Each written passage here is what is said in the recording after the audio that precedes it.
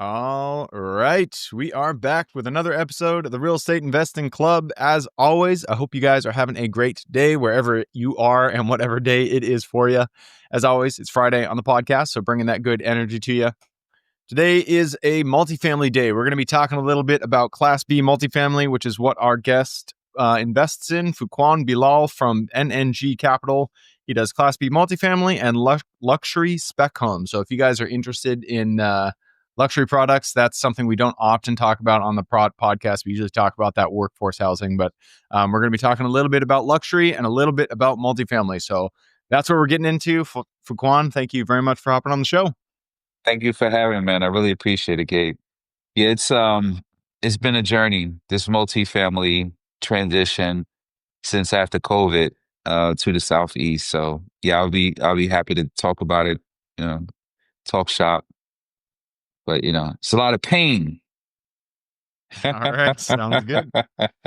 I told you before we got on here, we always like to start with stories. We like to hear how people got to where they are. So why don't you take us to the beginning before you were in real estate and tell us how you got started and then what brought you here?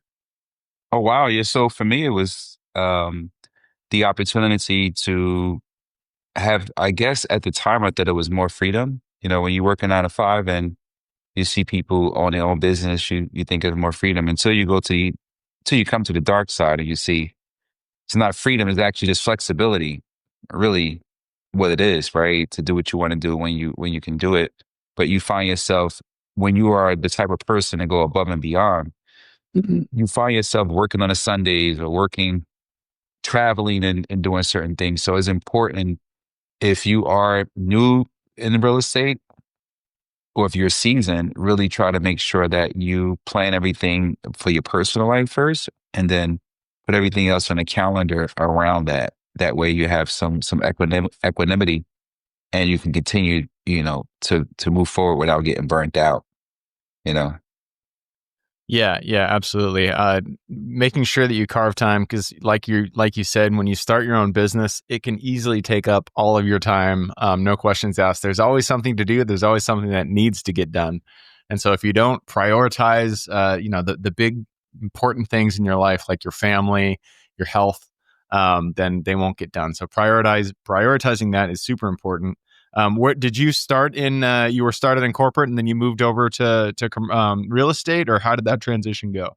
Yeah, that's how it happened. For me, I sort of write it on the wall. I had a family member of mine who was doing real estate, and Fuquan, I'm gonna pause you real quick because your internet connection seems to be kind of struggling at this point.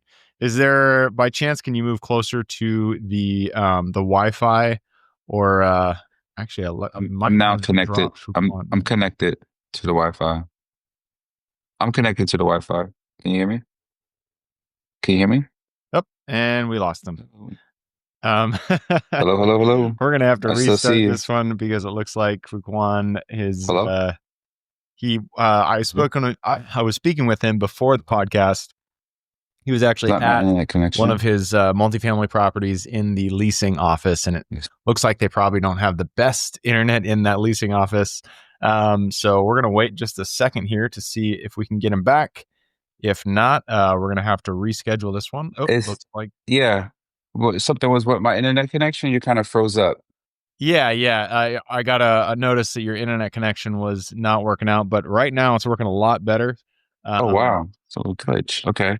Where yeah. was I? So I was talking about the journey, I guess the transition from corporate. I was shadowing a cousin of mine and he had the opportunity to make half my salary on the deal, a few months being in the game. And I just sort of writing on the wall. And at the time I was going through a transition with my company, I just landed a big account where I was making a lot of commission that brought me over the $100,000 mark. And the owners took me out to lunch a few weeks later and decided it was a good idea to lower my base because they didn't know the commission was going to be that much. And I immediately put a 2 week notice. And I started my You're real not estate taking my journey in money, man. I've started my journey in 99, flipping houses all the way up into the GFC. So that was my entry point into real estate. It's a very challenging business, but it's fun because you can never figure everything out and it never gets bored. There's always drama. There's always something that's either going to propel you forward in a fast way financially, or create a situation where it could be a learning experience to help you rebuild processes so it don't happen again. So grateful for both, because it makes you into a better person, a better investor. Yeah, yeah, absolutely. So you got started, you said back in 99 flipping homes. Yeah, man, it's been a 26-year journey. I love Yeah. it. I love it. You've definitely seen ups and downs through the 2008, I 2009. have the scars. I have the battle scars. I am market cycle tested. There you go. There you go. So tell us a little bit about that journey. You started flipping homes. At what point, like how did it go through 2008, 2009? And at what point did you switch over to multifamily? Oops, it looks like we are running into additional issues here with, And there we go. Now it's back. Yeah, your internet yeah, keeps cutting in anybody and who cutting out. was anyone who was playing big in that space, got hurt. So we learned a lot from that. What I learned from that was cash flow, right? The biggest thing, because I was flipping a lot of houses. I didn't have um, you know, rental properties. Mm, At the time, it was just buy, fix, and sell. So that's kind of where I was at with that. And the lesson I learned from that was to make sure that you have cash flowing, appreciating assets. mm. From there, I made a pivot into the note business, where I started Oh, nice. buying debt from the banks, and we played that space for a while, which was really great. But I got bored really quick. Made a lot of money, but I was used to the mix, dealing with the contractors and everything else, Fun and stuff. yeah, the fun stuff. Wanted to get back into that, and made that transition back in 2007. I'm sorry, 2017, focusing more on uh fix and flips while I did a little bit of notes. And then after COVID was my entry point into the multifamily space. So it's been a short 2020 actually, when we bought our first asset, and then COVID happened shortly after. And it kind of was a slow period, but then so it was some momentum. But at that time, a lot of people were exiting, right? And those were the people, I think, in the multifamily space that made a lot of money. The people that exited those deals in 2021, 2022, people who came in and started buying a lot, like myself, was getting the tail end of the stick during that time. Still good pricing, um, but not as good as the people who, came in at '08, '09 and exited Well, 2020 and even the 2021. people that came in, 2018, 2019, and then sold in Yeah. 2021. Yeah. It's Yeah. Yeah. Yeah. those couple of years right there were crazy. Awesome. So what made you were doing fix and flips before that, you were doing notes, it's nothing like managing larger assets. What made you decide to go towards multifamily? Well, really is New Jersey was where we had a lot of our rentals. We had a lot of multifamily, 3 units, 4 units, Mm, 12 units. I think the biggest, largest unit I owned at the time was 20-unit building in one location. And you would have a snow storm, and you would have to go out and shovel 100 and something properties, which is expensive, crazy. Taxes are expensive. COVID was really the wake up call, because a lot of tenants, played the COVID thing. It's a tenant friendly state, New Jersey. mm. So two things happened. On the rental side, tenants stopped paying rent. On the fix and flip side, we had this huge insurgency from New York, with a lot of buyers migrating over, which increased our values 30% over list price. So I said, well, you know what? I can ride this thing out with this COVID stuff and try to tap into the state money and deal with these tenants, or I can exit now and sell while I have the opportunity, and take the war chest and go to the Southeast. And instead of having couple hundred properties here all over the place, if we can have all our problems in one place, so to speak. And it would allow us to create the impact that we set out to do with these type of low income housing on a larger scale. So we looked at our model and said, okay, our strategy is going to be to acquire properties anywhere from 40 units to 125, 150 unit max, where the big boys don't play, C plus, B class properties, and start to provide that affordable housing solution. And that's kind of what we set out to do in our BHAG, was, try to get up to 5,000 doors.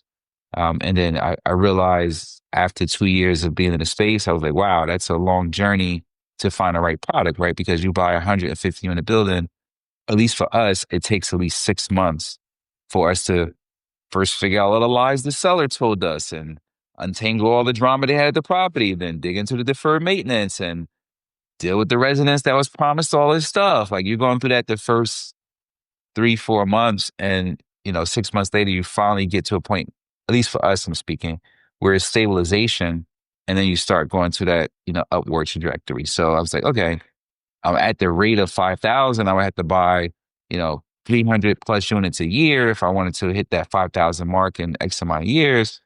And I quickly pivoted that to it doesn't have to be a number of doors. The mission is to provide quality, affordable housing, with the keyword quality being in front, right? So having that mindset of changing complex to community, most people go in and go, hey, the rents are 20% below market. We're going to go in, we're going to renovate, we're going to increase rents. But nobody is doing anything about the people that's there. It's just the curb appeal and how much more they can drive the rent. So complex to community is uplifting the people, not just the property. How do you do that? You get nonprofit organizations that come in and provide maybe tutoring for the kids or how to apply for jobs, how to fill out your resume, how to become a homeowner instead of a renter, doing those little things that kind of shift the mindset. Zumba classes for the elderly in the function room, just little things like that. We're doing a trunk and treat Halloween thing for kids. You got back to school stuff, like all those things that's community mindedness versus just about the dollar. So it's purposeful capitalism, if you will. Yeah. So it Well, it it and means a lot when you go in that direction. the thing about going above and beyond for your tenants, it has that purpose element, like it's the right thing to do. But anytime that there is something that is the quote unquote the right thing to do, that always drives it back to the dollars. Because if you're creating a community that people want to be in, there's going to be less turnover. You're going to be having a higher quality of tenant. They're going to treat the units better. So people always, when they make that distinction, like they want to have purpose versus only caring about the dollars, I always feel like that's not a necessary distinction, because when you really care about the tenant, you are caring about the dollars. The more you care about the tenant, the more you create an environment that they want to live in, that is going to improve the ROI of your property. And so, yeah, I like that kind of virtuous cycle that happens when you really start to improve the lives of the people that live in the properties that you own. Yeah, Um, purposeful capitalism is what I call it. nice, I like it. I like it. Okay, so you're focusing in on those that 40 to 150 units, the a little bit bigger than what the small guys plan and a little bit smaller than what the big guys plan. So you're trying to stay in that middle area. And now you're just trying to focus on quality units. You're not looking for that 5,000 mark. You're just trying to focus on good deals and creating good communities for people to live in. You've also mentioned luxury spec homes that you build. Tell us how that kind of came to be, why luxury, and yeah, tell us a little bit about that journey.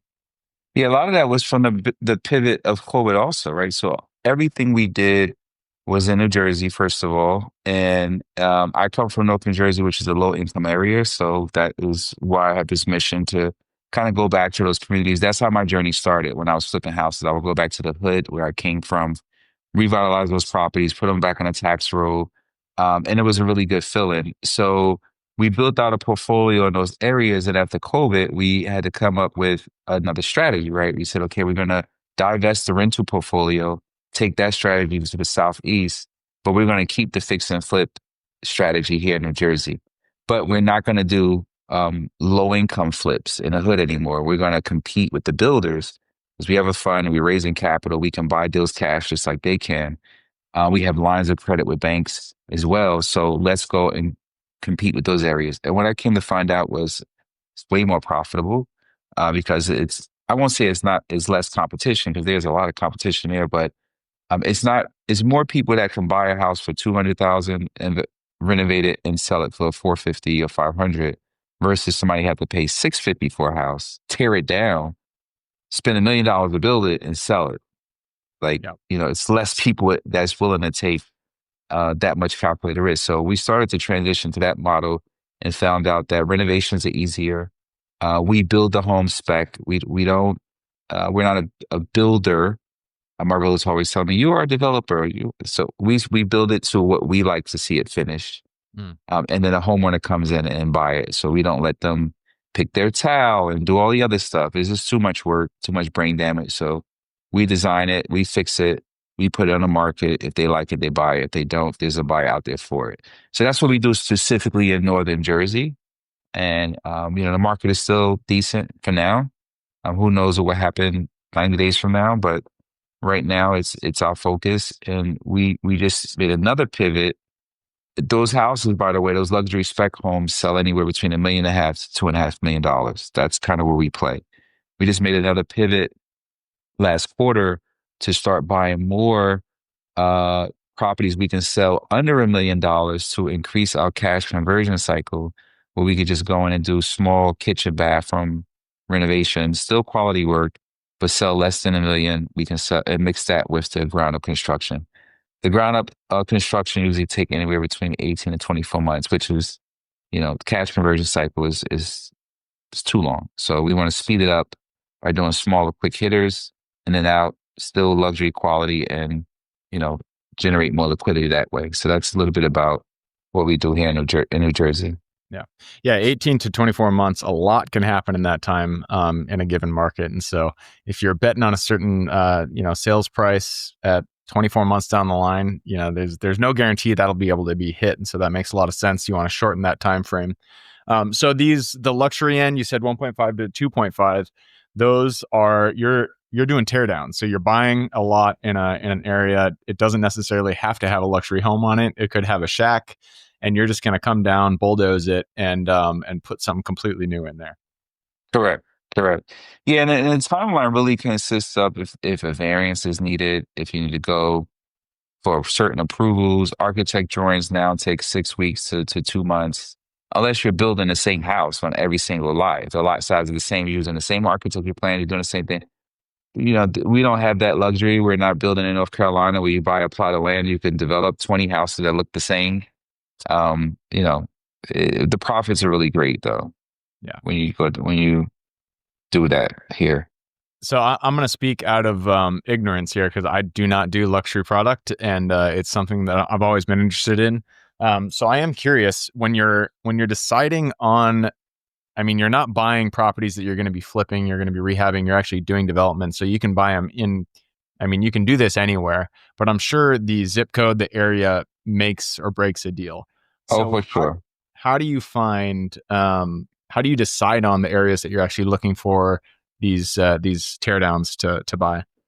Yeah, so we look at what is zip code wise selling the fastest in what county, what city. Right? What does it consist of? How many square feet? How many bedrooms? How many bathrooms? What's the school system look like? And what's the transaction value? And once we target that, we have a few cities that we laser focus on. We do direct to seller campaigns to try to get deals off market at a bigger discount. See, that's the main thing.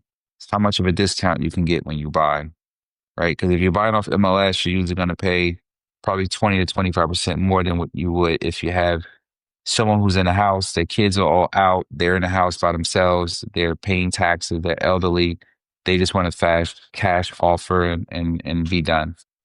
So that's kind of, the secret sauce, if you will.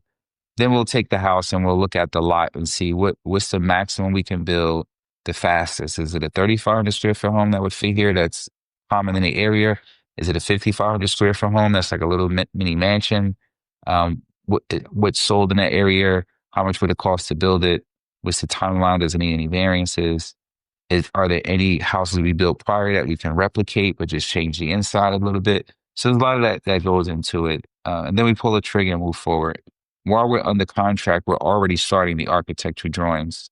So by the time we close, we're kind of almost done with the plans and we can submit for permits right away. Then we stagger the permits. So we'll do demo, foundation, then building. Most people package it all together and submit it and wait for one big approval, which takes forever. So we kind of break it up into different phases so we can get things done while we're waiting, Yeah, so. that makes sense. Mhm. Let's talk a little bit about amenities, because when you're talking about luxury product, like back when I was doing flips, I walked through a couple luxury houses, and they all have they're all so unique and different, and they just had random stuff in them that you would not think to add, and it wasn't consistent. You would go here, there'd be a pool, here there'd be a tennis court, here there'd be whatever, an indoor movie theater. But so they definitely cater to different personalities, different buyers. When you're developing the luxury side of things, what are the standards that you put in? And then is there any time when you're adding in something that maybe it would kind of pigeonhole you into a specific buyer, like a tennis court, somebody who plays tennis, or is it always generals? General like. Yeah, always generals. We don't get caught up into that. We leave the honeydew projects for the people who's going to actually move there. If they want to put a tennis court, a swimming pool, whatever, we will put things like a pet washing station in the basement where it should have been a mud room coming in from the garage or whatever. So those little things we'll do. We use the same appliances in every house, the Z-line appliances. We don't use Thor or, any of those other high-end Wolf and all the other stuff. We just use Z-line straight from Home Depot. When they're top-end stuff, the homeowner, when they buy it, they choose to buy Sub-Zero and all that, they can swap it out. But it is a 48-inch range. It is a 60-inch refrigerator that we put in there as far as appliances. We try to not use, we actually don't, Home Depot fixtures. There's a company called Restoration Hardware that sells a lot of expensive stuff. What we do is we find that, we copy it, and we buy it from Wayfair. So essentially what happens is we buy the same look-alike, like Yeah. luxury stuff, but it's from Wayfair, stuff like that. So it's all in the look and the design. We do hardwood floors throughout the whole house. We'll put heated floors in the bathrooms. Mm. All of the bathrooms on the second floor, we'll do that. We'll make sure there's a his or her walk-in closet. The rooms are very spacious, vaulted ceilings, stuff like that. 9-foot ceilings in the house, nice grand foyer. Things like that is what we pay attention to. Anderson windows, the basic stuff. Yeah. The thing that Those are everybody the basic wants. stuff that's kind of what we focus on. So, Yeah, makes sense. All right, man. With that, we have ran down the clock. It is past the 20-minute mark, so it is time to jump into the quick question round. Are you ready? let's go. Let's go. Let's do it. Starts with education. It could be any form. It could be a mentorship program you've been a part of, a conference you've gone to, a book you've read, a movie you've seen, anything. Just need 2 recommendations, one for general life wisdom and then one for real estate. So a book for general life wisdom is the owner Maxwell Maltz. It's called Psycho Cybernetics. I don't know if you ever Oh, heard yeah. of it. Mm-hmm. Yeah, Winning Self-Image, really good book. And I would say for real estate, a book I've read that was really good. Everyone else what really got me focused when I was younger. Rich Dad, Poor Dad. I guess that's the go-to. Everybody, likes to read. My kids love it. They got it in real estate because they read that book and got an aha moment. So yeah, it's one of my favorites. Yeah, that book is perfect for getting you motivated, Mhm. and giving you an idea of why you should be doing something. All right, next question is for your younger self. Let's go back to the Fuquan who was just getting started. He was flipping houses back in '99. Go back to that version of yourself, look yourself in the eye, and give him one piece of advice moving forward. Keep some rentals. Don't do all flips. I like it. I like it. That has been echoed across many episodes. I wish I kept more in my portfolio. It is always difficult because sometimes, you want that money right now, but in, $1,000 a month on a rental, it doesn't feel like a lot, but definitely over time, it's going to make a huge difference. So I understand the incentive there. All right, next question is about the US. It's a big place. There is a lot of opportunity out there. Give me the single metro you're most excited about investing in today. I would say where I'm at in New Jersey, the northern part where we are, Essex, Morris, Somerset County. It's a lot of great single family deals there with a lot of great opportunities. All right, New Jersey. All right, next question is about finding deals. It all starts with getting in contact with the seller and penning that purchase agreement. So, what is your favorite way to generate leads and find new deals? Direct to seller, whether it's mailers, cold mailers create a lot of good inbound. They still work today in today's market. Just got to nurture the lead and like good old fashioned cold calling. Yep. Yeah, those are the two that just never go out of style, and they always work. Sometimes they'll be more effective than others, but if you send out mailers, if you do cold calling, it's going to work. You just got to put in the effort, put in the dollars, and you're going to get some return on that. All right, next question is about lessons learned. Not every deal we get into goes the way we expect it. In fact, pretty much every time something's going to go wrong, and that's when we get to learn a lesson. So what was a deal that went a little bit sideways for you? What was the lesson you pulled from it? Wow. Deal was a single family home that I purchased for $30,000. It was worth $160,000. And I closed it in 2 weeks. And the one thing I didn't do was the environmental, and it wound up being a contaminated oil tank under the ground that was like 150,000 in repairs. So, Oh, that so, sucks. so I held on to that property for like 6 years though. I wound up selling it and was very profitable. Yeah. Well, Yeah. and the lesson there is to never skip a step in your due Yeah. diligence. It's 100%. so, yeah, it's so, 100. It was greed. It was pure greed. You got to close down 30 grand.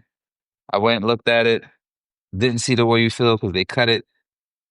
Didn't do my due diligence and boom, got caught. Yeah. yeah. Yeah, and it's hard because when you see a deal and you just feel like it's a slam dunk, you're gonna want to cut corners. You're gonna want to not do every single step, but that'll come back to bite you. But that leads us to the highlight reel. Sometimes things just go right, and it stands out in our mind as one of our favorite deals. So go back to the deal that is just kind of there in your mind as something that you really enjoyed, you really liked it.